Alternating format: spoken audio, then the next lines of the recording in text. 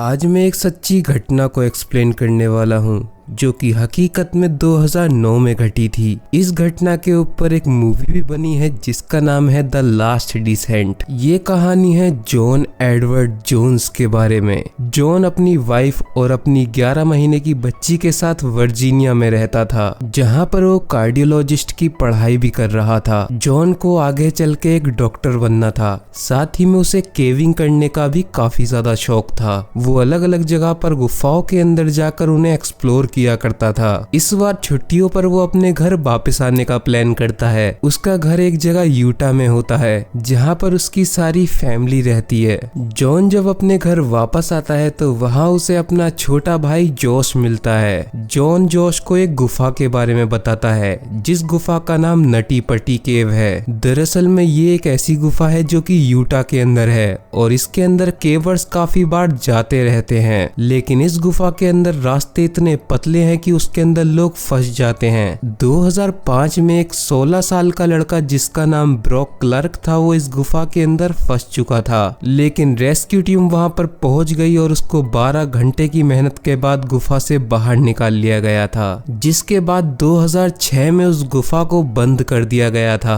ताकि आगे चलकर कोई और इंसान इस गुफा के अंदर ना फंस जाए, लेकिन लोगों की काफी ज्यादा डिमांड करने पर 2009 में इस गुफा को दोबारा से खोल दिया गया। यूटा की गवर्नमेंट ने उस केव को खोलने के बाद एक शर्त को रखा, अगर उस केव के अंदर कोई भी जाकर उसको एक्सप्लोर करना चाहता है तो उसके पास एक्सपीरियंस होना चाहिए, या फिर नए लोग भी अगर उस केव को एक्सप्लोर करने जाना चाहते हैं तो भी उनके साथ एक ऐसा इंसान होना चाहिए जिसे कम से कम 5 साल का केविंग का एक्सपीरियंस हो। अब क्योंकि जॉन के पास काफी एक्सपीरियंस था, इसीलिए उसे केव के अंदर जाने की परमिशन मिल जाती है। जॉन अपने भाई जोश और साथ ही में अपनी फैमिली मेंबर्स के साथ उस केव के अंदर जाने का प्लान करता है। इस गुफा के नक्शे को देखते हुए वो सभी लोग प्लान करते हैं कि वो बिग स्लाइड से होते हुए बर्थ कैनाल को एक्सप्लोर कर कर वापस आ जाएंगे। इस गुफा के अंदर एक जगह थी जिसका नाम था द बिग स्लाइड, यानी कि वो जगह इतनी चौड़ी थी कि वहां पर आराम से कोई भी इंसान जा सकता था, लेकिन उसके कुछ फीट नीचे जाकर एक और जगह थी जिसका नाम था द बर्थ कैनाल, और ये जगह काफी पतली थी क्योंकि यहाँ पर पहले भी लोग फंस चुके थे। जॉन डिसाइड करता है कि वो बर्थ कैनाल को क्रॉस कर कर एक जगह पर पहुंचेंगे जहाँ पर काफी बड़ी जगह है और वहां से वो लोग मुड़कर वापस बाहर निकल जाएंगे। जॉन और उसके फैमिली मेंबर शाम को उस केव के अंदर एंटर करते हैं और लगभग रात के 8 बजे के करीब वो सभी लोग बिग स्लाइड में पहुंच जाते हैं। जॉन जब बिग स्लाइड के रास्ते को क्रॉस कर कर आगे जाता है तो उसे बर्थ कैनाल के रास्ते में थोड़ी कंफ्यूजन होती है। वो एक पतली सी जगह में घुस जाता है और वो सोचता है कि वो बर्थ कैनाल के अंदर जा रहा है, लेकिन वो जगह बहुत ही ज्यादा पतली होती चली जाती है। लेकिन वो आगे इसलिए बढ़ता रहता है क्योंकि उसे लग रहा था कि वो बर्थ कैनाल के अंदर है और बर्थ कैनाल के अंदर से तो पहले भी काफी सारे लोग गुजर चुके हैं, इसीलिए उसे अपने ऊपर कॉन्फिडेंस था कि वो भी वहां से निकल जाएगा। लेकिन उसे यह बात नहीं पता थी कि उसने गलत रास्ते को चुन लिया है। वो काफी आगे तक पहुंच जाता है, लेकिन आगे चल के रास्ता नीचे की साइड जा रहा था। उसे लगता है अगर वो उस चीज को पार कर लेगा तो आगे चलकर एक बड़ी सी जगह आ जाएगी जहां से वो मुड़कर वापस जा सकता है। वो जब आगे बढ़ता है तो उसे ग्रेविटी नीचे की साइड खींचने लगती है और वो अपने आप को रोक नहीं पाता, जिसके बाद वो नीचे चलता चला जाता है। उसका एक हाथ बुरी तरीके से उसकी चेस्ट के नीचे दब जाता है। वो एक ऐसी जगह पर पहुंच चुका था जहां आगे रास्ता ही नहीं था। अब जॉन धरती के लगभग 130 मीटर नीचे था और उसे पता भी नहीं था कि वो उस गुफा की कौन सी जगह में है। जब जॉन अपने आप को हिला नहीं पाता तो वो अपने आप को पहले शांत करता है। वो जगह इतनी पतली थी कि उसकी चौड़ाई 10 इंच और उसकी ऊंचाई 18 इंच थी। इस बात से आप अंदाजा लगा सकते हो कि वो कितनी पतली जगह में घुस चुका था। जॉन लगभग 70 डिग्री में उल्टा हो चुका था, यानी कि उसका सर नीचे था और उसके पैर ऊपर की साइड। वो किसी भी तरीके से अपने आप को बाहर नहीं निकाल पा रहा था, क्योंकि एक तो उसके हाथ फंस चुके थे और दूसरा ग्रेविटी उसे नीचे की साइड खींच रही थी। वो अपने भाई जोश को आवाज लगाता है, जो कि उससे थोड़ी ही पीछे था। वो जोश से आगे बढ़ने के लिए मना कर देता है और वो बोलता है कि शायद वो एक गलत रास्ते पर आ चुके हैं। जोश अपना दिमाग लगाता है और इस बार वो उल्टा होकर उसके अंदर घुसता है, यानी कि उसके पैर नीचे की साइड होते हैं। वो अपने पैरों से किसी तरीके से जॉन को खींचने की कोशिश करता है और कुछ देर के लिए जॉन कुछ इंच ऊपर भी आ जाता है, लेकिन वो जगह काफी पतली थी।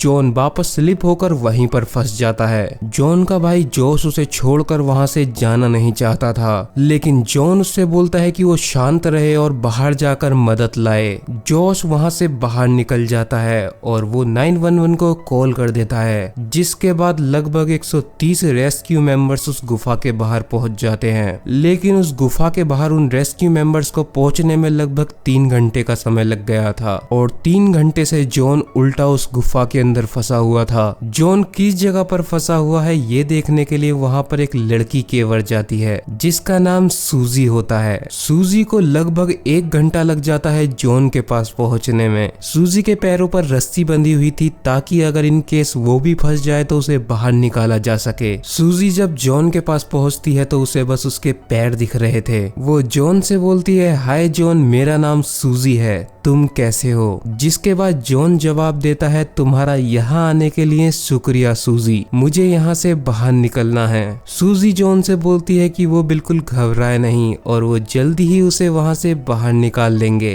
बाहर सारे रेस्क्यू मेंबर्स डिसाइड कर रहे थे कि किस तरीके से जॉन को वहाँ से बाहर निकाला जाए। तभी रेस्क्यू टीम के पास एक डॉक्टर आते हैं, जिनका नाम डॉक्टर मर्डॉक होता है। डॉक्टर मर्डॉक रेस्क्यू टीम से पूछते हैं कि जॉन किस कंडीशन में नीचे फंसा हुआ है। रेस्क्यू टीम उन्हें बताती है कि जॉन का सर लगभग नीचे की साइड है और उसके पैर ऊपर की साइड है और लगभग 70 डिग्री वो उल्टा घूमा हुआ है। ये सुनकर डॉक्टर मर्डॉक बहुत ज्यादा शॉक हो जाते हैं। वो रेस्क्यू टीम को बताते हैं कि उन्हें जॉन को जल्द से जल्द बाहर निकालना होगा, क्योंकि जिस पोजीशन में वो अभी नीचे फंसा हुआ है वो पोजीशन उसके लिए बहुत ज्यादा खतरनाक है। दरअसल में हमारा दिल पैरों में खून को बड़ी आसानी से भेज देता है, क्योंकि उस चीज में उसकी मदद ग्रेविटी करती है। लेकिन अब क्योंकि जॉन उल्टा फंसा हुआ है, इसीलिए उसके दिल को उसके पैरों तक खून भेजने के लिए बहुत ज्यादा मेहनत करनी पड़ेगी, जिसके कारण कुछ ही घंटों में उसकी नाक और आंख से खून आने लगेगा और उसकी मल्टीपल ऑर्गन फेलियर की वजह से मौत हो जाएगी और साथ ही में उसकी दिमाग की नस भी फट सकती है। मर्डॉक उन्हें बताते हैं उनके पास जॉन को बचाने के लिए ज्यादा से ज्यादा 10 घंटे का समय है। गुफा के अंदर सूजी अभी भी वहीं थी और वो दिमाग लगा रही थी कि किस तरीके से जॉन को बाहर निकाला जाए। वो कुछ जगह बनाने के लिए जॉन की पैंट्स को काट देती है, लेकिन उससे भी कोई मदद नहीं मिलती। सूजी जॉन के पैरों में रस्सी को बांध देती है और उसके बाद वो आवाज लगाकर अपने साथी जो कि बाहर खड़े हुए थे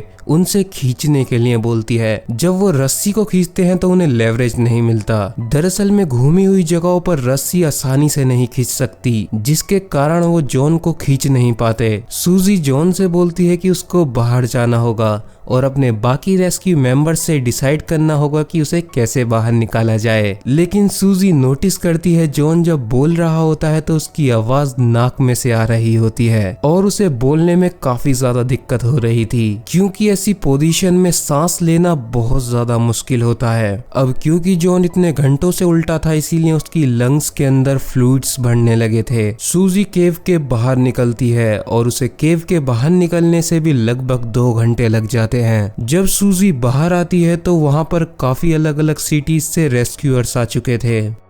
वो अलग अलग आइडियाज देने लगते हैं कि किस तरीके से जॉन को बाहर निकाला जाए। एक रेस्क्यूअर उन्हें आइडिया देता है कि वो काफी सारा वेजिटेबल ऑयल गुफा के अंदर डाल देंगे, जिससे गुफा की दीवारें चिकनी हो जाएंगी और उन्हें जॉन को निकालने में आसानी होगी। लेकिन ये आइडिया बिल्कुल भी काम का नहीं होता, इसीलिए इस बात पर गौर नहीं किया जाता। जॉन की वाइफ एमिली उसके फैमिली मेंबर्स के साथ घर पर थी और वो इंतजार कर रही होती है कि कब खबर आएगी और उसका हस्बैंड केव से बाहर निकल जाए। जाएगा, लेकिन उससे इंतजार नहीं होता, इसीलिए वो जॉन की फैमिली के साथ केव के बाहर पहुंच जाती है। एमिली लेफ्टिनेंट टॉम के पास जाती है, जिन्होंने पहले भी काफी सारे रेस्क्यू मिशंस किए हैं, लेकिन इस बार उनकी आंखों में पानी था और उन्हें देखकर लग रहा था कि वो बहुत ज्यादा परेशान हैं। लेकिन टॉम को याद आ जाता है कि 2005 में भी उन्होंने एक 16 साल के लड़के को उसी जगह से बाहर निकाला था, लेकिन वो एक 16 साल का लड़का था जिसकी हाइट भी 5 फुट 7 इंच थी और जॉन की हाइट लगभग 6 फुट है, और साथ ही में वो लड़का काफी ज्यादा हल्का भी था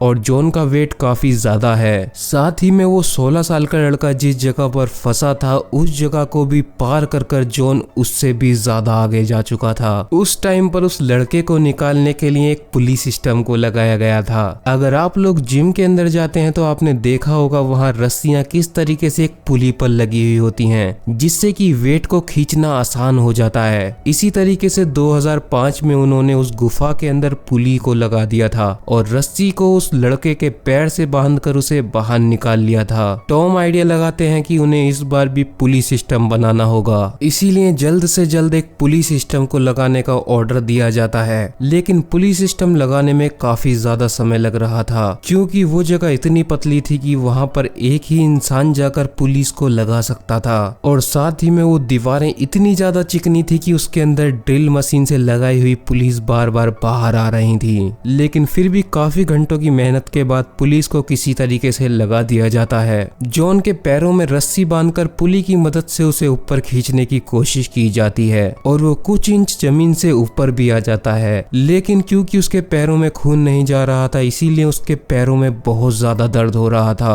और उसके पैर बिल्कुल भी नहीं मुड़ पा रहे थे। जॉन के पैर ऊपर की दीवार से टकरा रहे थे, जिसके कारण वो लोग उसे जब तक नहीं खींच सकते थे तब तक जॉन अपने पैरों को ना मोड़ ले। लेकिन वो अपने पैरों को मोड़ ही नहीं सकता था, क्योंकि हार्ट उसके पैरों तक खून नहीं पहुंचा पा रहा था। बाहर रेस्क्यू टीम को लोग आइडियाज देते हैं और लोग यहाँ तक कि ये भी बोलते हैं कि जॉन के पैरों को काट दिया जाए, जिसके बाद वो उसे आसानी से बाहर निकाल लेंगे। लेकिन डॉक्टर बताते हैं कि अगर उन्होंने ऐसा किया तो जॉन को सदमा भी लग सकता है, क्योंकि वो ऑलरेडी इतने ज्यादा तकलीफ में है कि अगर उसके पैरों को इस समय पर काटा गया तो उसको सदमा लगेगा और उसे हार्ट अटैक आ जाएगा। इसीलिए ये करना बिल्कुल भी ठीक नहीं रहेगा। बाहर एक और केवर आता है जिसका नाम था रायन। रायन काफी ज्यादा एक्सपीरियंस्ड केवर था। रायन डिसाइड करता है कि वो जॉन के पास जाएगा और वहां जाकर कुछ सोचेगा कि किस तरीके से उसे बाहर निकाला जाए। रायन किसी तरीके से जॉन के पास पहुंच जाता है और वो जॉन को बहलाने के लिए उससे बातें करता है, लेकिन रायन नोटिस करता है कि जॉन की हरकतें अब बदलने लगी थीं और वो थोड़ा थोड़ा पागलों की तरह बिहेव कर रहा था। वो वहां से बाहर निकलने के लिए तिलमिलाने लगता है और अपनी बॉडी को बुरी तरीके से हिलाने लगता है, लेकिन रायन उसे किसी तरीके से शांत करता है। जॉन रायन से बोलता है कि वो वहां मरना नहीं चाहता। ये बात सुनकर रायन की आंखों में भी आंसू आ जाते हैं। अब रायन दिमाग लगाता है और वो सोचता है कि उसका मन भटकाने के लिए थोड़ा बहुत उससे बातें की जाएं। इसीलिए रायन जॉन से उसकी फैमिली के बारे में पूछने लगता है, जिसके बाद जॉन रायन को अपनी वाइफ एमिली के बारे में बताता है कि किस तरीके से वो मिले थे और किस तरीके से उन्होंने शादी की। साथ ही में जॉन रायन को बताता है कि उसकी वाइफ अभी भी प्रेग्नेंट है। रायन जॉन की मदद करने के लिए किसी तरीके से एक रेडियो केबल को वहां पहुंचवाता है ताकि वो अपनी वाइफ एमिली से बात कर सके। रायन के पास उस रेडियो केबल को पहुंचने में काफी समय लग जाता है। रायन उस केबल को अपने हाथों से पकड़ता है और थोड़ा सा उसे जॉन के करीब ले जाने की कोशिश करता है, जहां से जॉन को आवाज आ सके। आखिरकार जॉन की बात एमिली से होती है। एमिली जॉन से बोलती है कि वो उससे बहुत प्यार करती है और वो जल्दी ही उसे वहां से बाहर निकाल लेंगे। जॉन भी चिल्लाकर बोलता है कि वो भी उससे काफी प्यार करता है और उसे भी बाहर निकलना है। एमिली नोटिस करती है कि जॉन की आवाज अब काफी ज्यादा लड़खड़ाने लगी थी और उसकी आवाज में फील हो रहा था कि उसे बहुत ज्यादा तकलीफ हो रही है। इतने टाइम रायन जॉन के दिमाग को भटका कर रखता है और काफी घंटों के बाद दोबारा से एक नया पुलिस सिस्टम वहां पर लगा दिया जाता है। जॉन 24 नवंबर को वहां फंसा था और आज 25 नवंबर हो चुकी थी। शाम के 4 बज चुके थे और एक नया पुलिस सिस्टम लगा दिया गया था।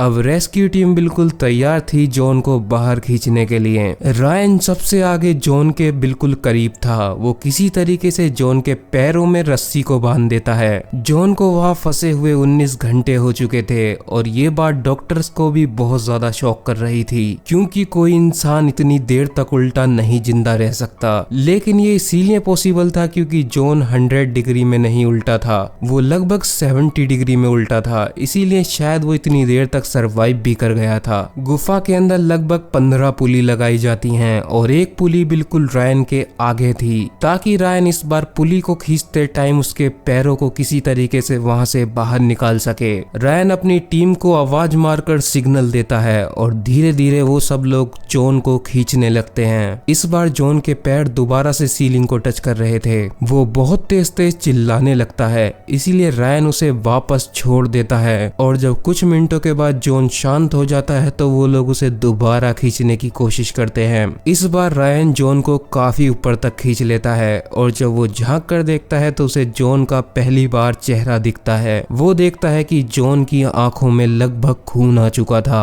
और उसका फेस बुरी तरीके से लाल हो चुका था। रायन जॉन के फेस को देखकर बोलता है कैसे हो दोस्त, जिसके बाद जॉन जवाब देता है कि ये बहुत बुरा है और जॉन थोड़ा सा स्माइल करता है, लेकिन वो लोग फिर से उसे दर्द की वजह से छोड़ देते हैं। 20 मिनट के बाद रायन अपनी टीम को दोबारा से सिग्नल देता है और वो लोग उसे दोबारा से खींचने की कोशिश करने लगते हैं। रायन उसे धीरे धीरे ऊपर खींचे जा रहा था और वो हर इंच पे ये सोच रहा था कि वो जॉन को बचा लेगा, ताकि जॉन बाहर निकलकर अपनी वाइफ को गले लगा सके और अपने बच्चे को भी पैदा होते हुए देख सके। रायन ये सब सोचते हुए उसे ऊपर खींच ही रहा होता है, लेकिन तभी एक अचानक से बाकी रेस्क्यू टीम मेंबर्स को बहुत तेज आवाज आती है। रायन कुछ देर के लिए बेहोश हो जाता है। जब रायन की आंख खुलती है तो उसे खून दिखता है और वो खून किसी और का नहीं बल्कि उसका खुद का खून होता है। वो देखता है कि सबसे आगे वाली पुली टूटकर उसके लग चुकी थी और जॉन उसी जगह में जाकर दोबारा से फंस चुका था